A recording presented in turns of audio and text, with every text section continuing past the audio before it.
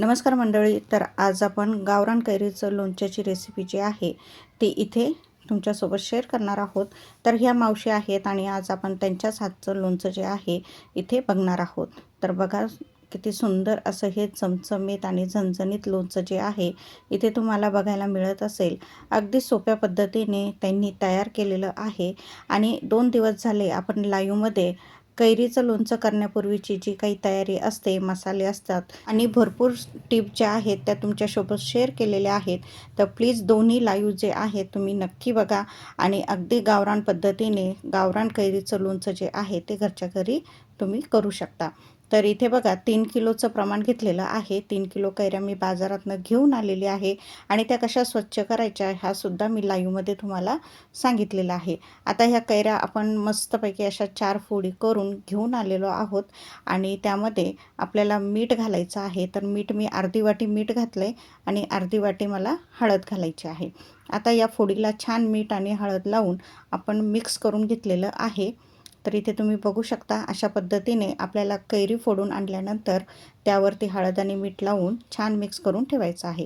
त्यानंतर एक अशी चाळणी घ्यायची आहे. चाळणी स्टीलची असावी आणि त्यामध्ये या फोडी ज्या आहेत त्या टाकून घ्यायच्या आहेत. आता या फोडी आपण रात्रभर या चाळणीमध्येच ठेवणार आहोत, म्हणजे एक्स्ट्राचं जे काही आंबट पाणी असेल ते चाळणीद्वारे निघून जाईल.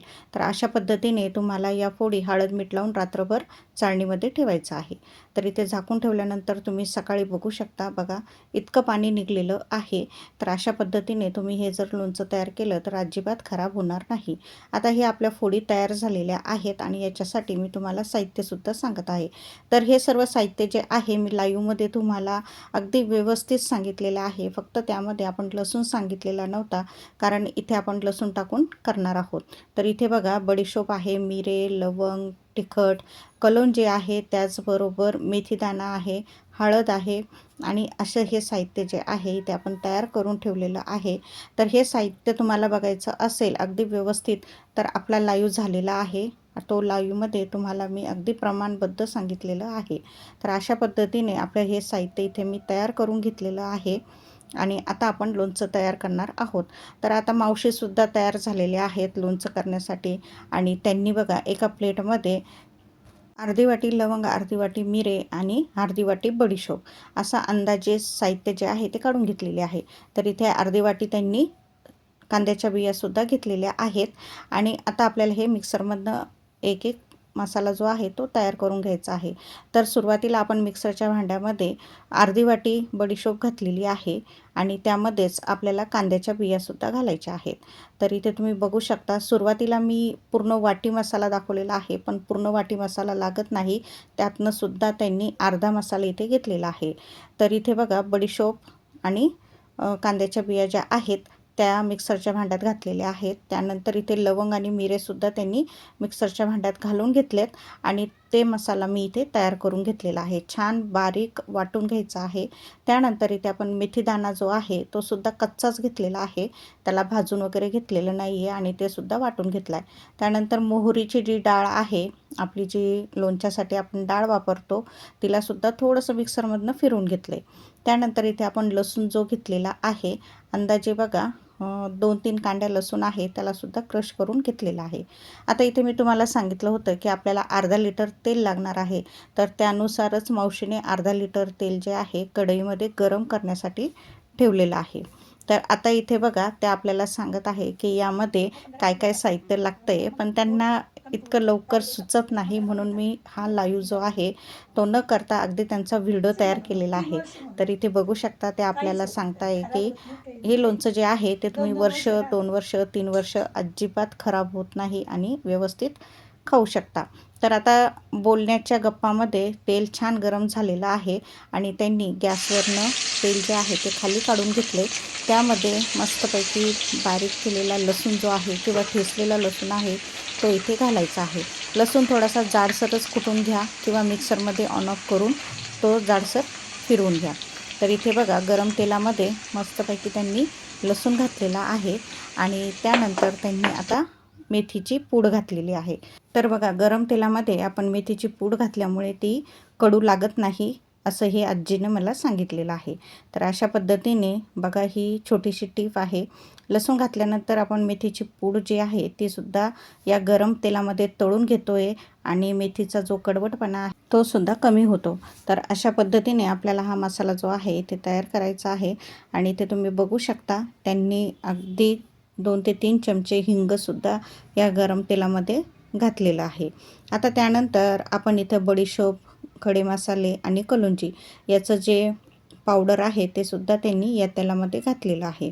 तर अशा पद्धतीने गरम तेलामध्येच आपल्याला हे जे साहित्य आहे स्टेप बाय स्टेप घालायचं आहे.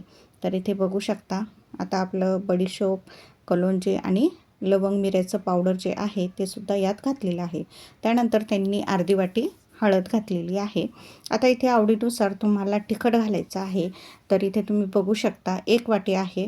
आता हे तिखट जे आहे ना ते जास्त तिखट नाही आहे, त्यामुळे आपण इथे 1 वाटी तिखट घालणार आहोत. म्हणजे मस्तपैकी असं झणझणीत आपलं लोणचं जे आहे ते तयार होणार आहे.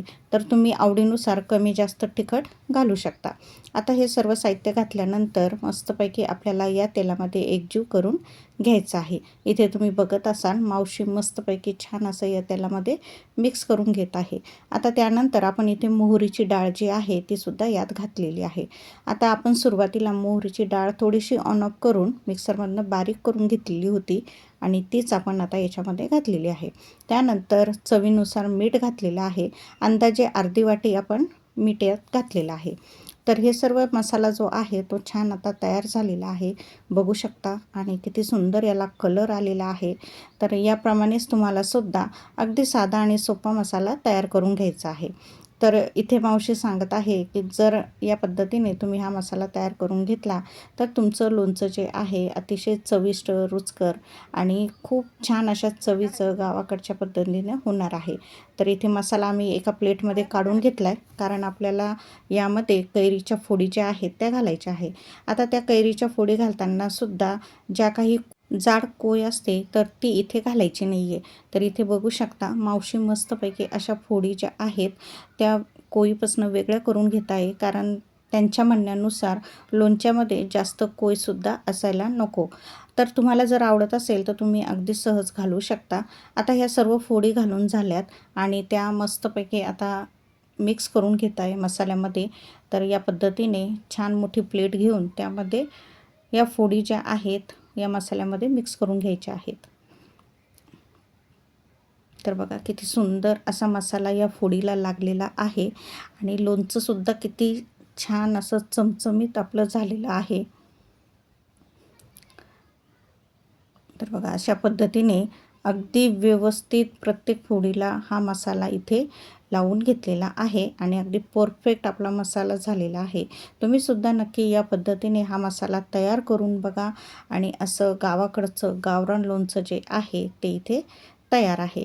आता आपण एका मोठ्या पातेल्यामध्ये हे जे लोणचं आहे ते भरून घेतो आहे, कारण आपल्याला छान असं लोणच्याच्या बरणीमध्ये याला आपल्याला स्टोरेज करून ठेवायचं आहे.